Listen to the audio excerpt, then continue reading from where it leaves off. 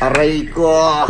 Yo, what's up mga ka-online? Ako nga po pala si Didos, nangangarap yumaman, pero nangangulang. Paano gagawin? Kung napapansin nyo, meron po tayong baho dito at patuka. At yung baho po na yan ay ihahalo po natin sa ating patuka. Yan po ay minsan ko lang po ginagamit yung para makatipid na po paminsan-minsan. Konting idea lang para makatipid po. May mga baho naman tayo dyan kaysa na mapapanis at mabulok at ipatuka na lang po natin sa ating mga manok. Bilang backyard, ito lang po ang idea at makakatipid. Ikaw at ikaw nga yun, nanonood ang video to, naranasan mo rin ba magpatuka na kaning lamig na tinatawag na kaning bahaw? At bilang backyard, syempre mag-iisip tayo kung saan tayo mapapamenos o makakatipid. Sa simpleng idea to, makakaraos po tayo sa araw-araw na pangangailangan po ng ating mga alagang manok. At hindi naman kadalasan ang pagbibigay ko dito kasi may pagkakataon po na naranasan ko na lagi ako nagbibigay ng patuka ay kaning lamig o bahaw. Nagkakaroon po sila ng sipon. At hindi ko naman maitatanggi na paminsan-minsan ako po ay nagtitipid. Yung buwis naman ako to, nangahataw, hindi ko naman inaano, kaya na nga lang, tambay na nga lang, nangahataw pa, namumurisyo. At nagtataka naman ako sa may-ari nito, ang tagal na sa naman ako to, ayaw pang kunin. Sinunod ko na nga po yung ating mga tatsawan sa range, nabigyan ko rin po sila na may kanin, na may bahaw, paminsan-minsan lang din po. At dahil hindi nagkasya ang ating may bahaw, at yung susunod naman patutukan yung ating mga stock, GMP naman po ang pinatutukan na may halo na concentrate. At kahit may hangover ng daddy loads nyo at nahihilo pa, wala po tayong magagawa dyan dahil obligasyon po natin na alagaan ang ating mga manok at patukain kada hapon at umaga. Kawawa ang manok pag hindi pinatuka.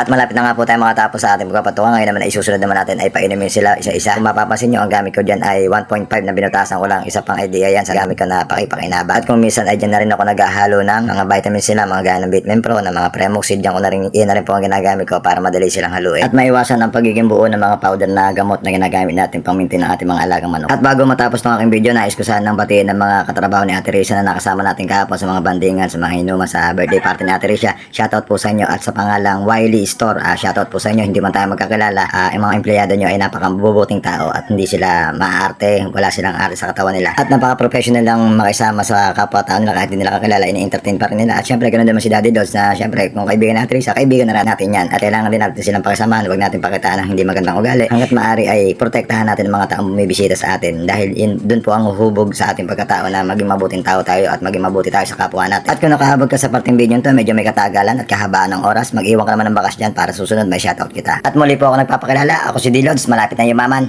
pero na lang ang kulang. Focus na sa goal. Peace out!